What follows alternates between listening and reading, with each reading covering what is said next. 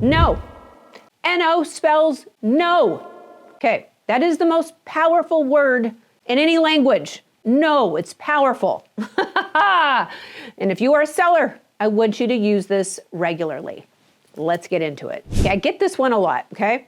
You just put your house on the market, for sale signs up, the buyer's driving around, they knock on your door, and they say, hey, seller, I just want to check out the house. We're serious buyers. Do you mind if we just take a look? And the magic word you're going to implement at this time is no. No. You don't know if they're for real. You don't know. You don't know if they're represented. You don't even know if they're a scammer. I don't care how normal they look. You don't let anybody in that property unless you know who they are. This actually happened to me. This was about 20 years ago. I put my house for lease and I told my husband, of course I'm gonna blame this on my husband because that's what wives do. I told him, don't let anybody in the house if they wanna see the house for rent. We just newly put it on the market. So I'm running errands and of course, as fate would have it, somebody comes to the front door, asks to see the property. My husband couldn't help himself, let the people in. I left my wedding ring on the primary bathroom counter, and when they left, guess what? My ring was gone. And my ring was gone, it was stolen. Are you kidding me? And I asked my husband, well, what did they look like? Did they have a business card? Did you get any of their information? And of course the answer was no, sorry. So I wanna let you guys know, I have gone without a wedding ring for 20 years. And I recently got my mother-in-law's wedding ring, which I absolutely do adore. But these are not lessons you want to learn. You want to just say no so you don't have this happen to you. It was heartbreaking. Still super annoyed over that. So I get this request a lot, and that is the buyers want to drive their cars into the seller's garage to see if their car is going to fix. And they just want to see what it looks like and how it feels, and if there's going to be enough room to open all those doors and whatever, okay? If you are ever requested to do this, you're going to implement the magic word no. No, you're not going to do that because I'm telling you, this has happened.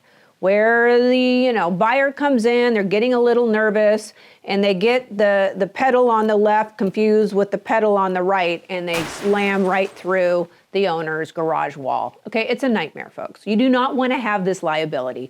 There's this thing called a measuring tape that they can measure, or let the owner's car kind of be a guide or something like that. Like, you just don't want the liability. I know, you big truck owners and those big cars, you guys just want to see, okay? If you're wondering, it's probably going to be tight, okay? Just say no if you are a home seller. This is not something you want to take the risk on. I know, I'm being mean. It's just risky. Selling a house should be a professional experience, and we should not be bringing our pets to the open houses or to the showings. And if you are ever requested to have an animal come onto your property, the answer is going to be no. And the reason why is because a lot of sellers, they have allergies, right? The other thing is these animals, they're not really good behavior. They smell a new environment. They want to mark their territory. They lift the leg, right? This is no. N-O spells no. Of course, there are those specialty situations where a service dog or animal is required for a showing. And I would just recommend that you call in advance and just make sure, obviously, that your pet's well managed. And we can take it a step further and perhaps add kids in there as well. Some of these kids are out of control, okay? So if you are a buyer, please make sure that your kids are well maintained and preferably on a leash. Okay, I'm gonna get in trouble for that. You are going to implement the magic word if this is ever asked of you as a seller. And that is, hey, we're going to close on the property in a few weeks. We'd like to start doing the upgrades ahead of time. Can I bring my contractor in, or can I bring my painter in, or my repair person in before we close on the property? And you are going to say 1000% no. No. You don't know if the property is going to close. You don't know if the people that are working on your property that is representing the buyer is licensed, bonded, and insured. You don't want the risk. You don't want the liability. And the other thing is, as those contractors are in there, they're opening walls or doing whatever, they might find something significant on the property that maybe you did not know and did not disclose, which it could hinder the whole deal. So the answer is 1000% no. No. I love this one. Hi, we're closing in a few days, and we were hoping we could move in just a few days before we close on the property because it's just we have nowhere to go and we're stranded right now. Can you help us out? Now, I know you sellers really want to help out and you just want to be accommodating, but the answer, once again, is no. Heck no, no, okay? You don't know if the property is going to close. Trust me, I've heard horror stories. Thankfully, this has never happened to me because I implement the magic word, okay, which is no. We don't let anybody on the property until the property closes. And if the property doesn't close, we have people in your house that you could potentially have a very difficult job evicting. Super serious. You do not do this under any circumstance. Now, a lot of you have friends and family in real estate. I mean, we all do. There's like gazillions of real estate agents out there, okay? But you feel pressured into using your friend or using your family member. And when you're in that situation, I'm gonna say a hard no. No! This is a super big deal. You need to have the proper representation. And if your friend isn't your friend anymore, they're not good friends. And if your family member is mad at you, they're going to be mad at you about something else anyway. And eventually it'll blow over because they're family. They just got to put up with you. But here's the deal. Selling your house or buying a house is an extremely important decision, and you need to find the best representation you can. Now, I'm not saying you don't have a friend or a family that could represent you well. I would just make sure they're active, they know how to represent you well. I see a lot of offers that come in, and I end up having to represent both sides when a family or friend is in the picture because they just don't have the experience. And I'm just looking at them going, oh my gosh, I can gobble these people up because they're not very well represented. Be very, very careful with that, okay? If you are even kind of thinking you're not being well represented, I say no. Heck, no. Don't do it. Be smart. Have the proper representation. And by the way, if you are looking for a seasoned agent in your area, I do have a referral manager. Her name is Diana. And for some of you who are moving out of state or a different city and you don't know what agent to use, she's very helpful for that as well. I will link down in the description an email that you can send your request to. Let's get back into it. Okay, this is probably the most common one that we say no to, and that is a buyer makes an offer and they ask for all the sellers or a big portion or a minor portion of the seller's personal property. They'll say things like, oh, I want the patio furniture and I want the desk in the office, or I want the kitchen bar stools, yada, yada, yada, okay? The answer is no. And what I suggest that you do is if they do want personal items and you're willing to sell it, you just have the conversation after all the contingencies are removed, okay? Because people get really emotional about personal items. So just say no. Let yourself think about it. And the other thing too is repair comes up and they make a request and maybe you can negotiate some of those items, instead of having to pay for it or repair it. But personal items, no, they do not convey with the property, and most lenders will not allow personal property to be conveyed in any offer. If you price your house relatively close to market value, you're gonna get offers that are close to the asking price.